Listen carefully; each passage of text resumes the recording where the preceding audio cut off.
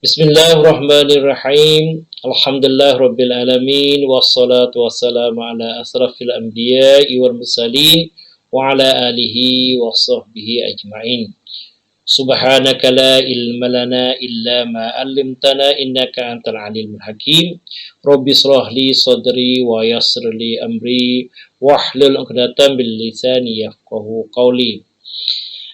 Alhamdulillah pada hari ini kita mulai belajar pelajaran bahasa Melayu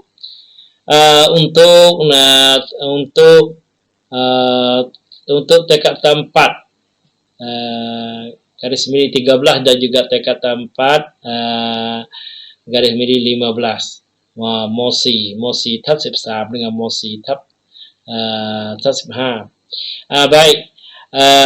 Sebelum kita melanjutkan pelajaran kita, lebih dulu marilah kita sama-sama memperkenalkan saya Ustaz Abdullah Datai 1 yang membimbing pelajaran bahasa Melayu di sekolah At-Tarqiyah ini. Baiklah, kita masuk dalam tu bahasa Melayu ada motornya sikit dan ada pesanan seorang ibu kepada anak puterinya. Jadi panggilan seorang ibu, sayang, ingat pesan Ummi, taatlah kepada Allah, taatlah kepada perintah Allah,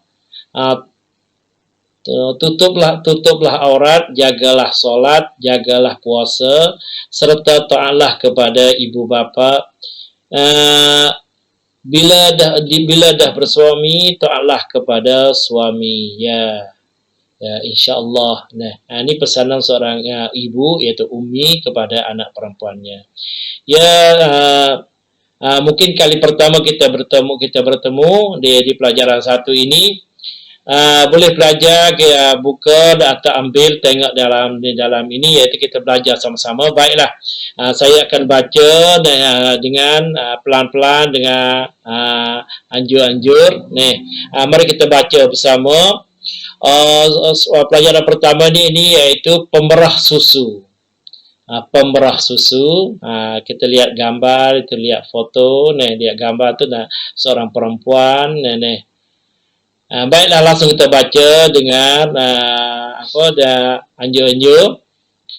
Pemerah susu sedang berjalan ke pasar untuk menjual susu yang diperah daripada lembunya.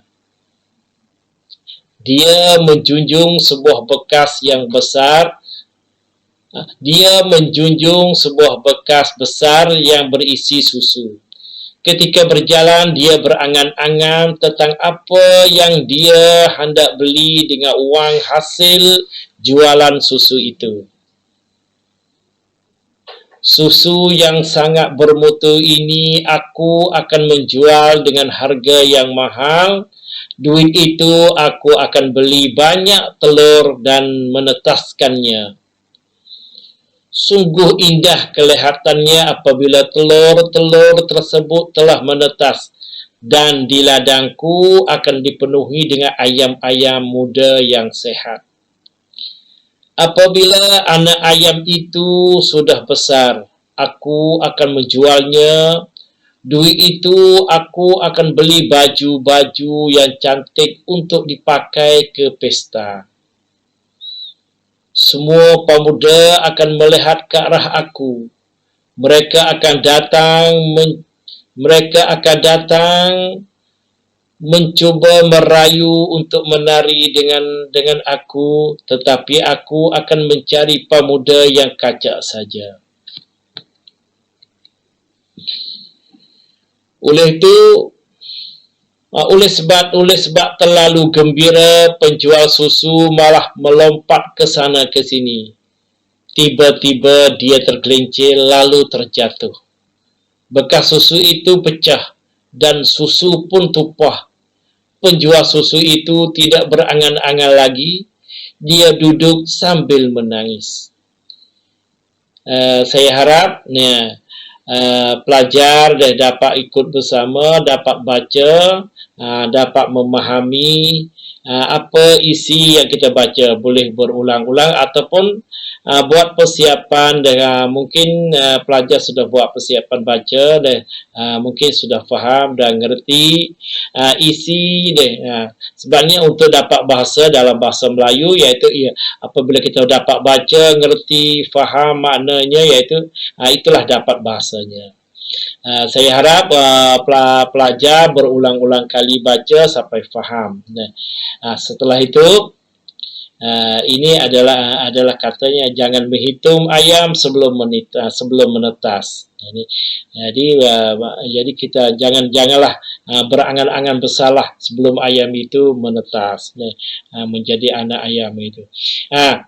Inilah dapat kita baca daripada pemerah susu ini. Mungkin pelajar dapat memahami, bacalah dengan pelan-pelan dan cubalah fahami isi kandungan sampai selesai. Apabila sudah selesai, saya minta supaya pelajar dapat jawab soalan-soalan yang saya berikan, iaitu 5 soalan yang apabila pelajar sudah memahami, faham daripada bacaan tadi, dapatlah menjawabnya dengan sempurna. Jadi minta dijawab oleh pelajar. Jawabkan soalan-soalan di bawah ini. 1. Berilah nama pemerah susu yang sesuai. Kerana tadi seorang perempuan, sepatutnya siapa namanya. Jadi terserah kepada pelajar untuk memberi nama seorang perempuan. Nombor 2, apakah angan-angan pemerah susu itu? Dia berangan-angan, dia faifan, bercita-cita bagaimana untuk apabila sudah jual susu tadi.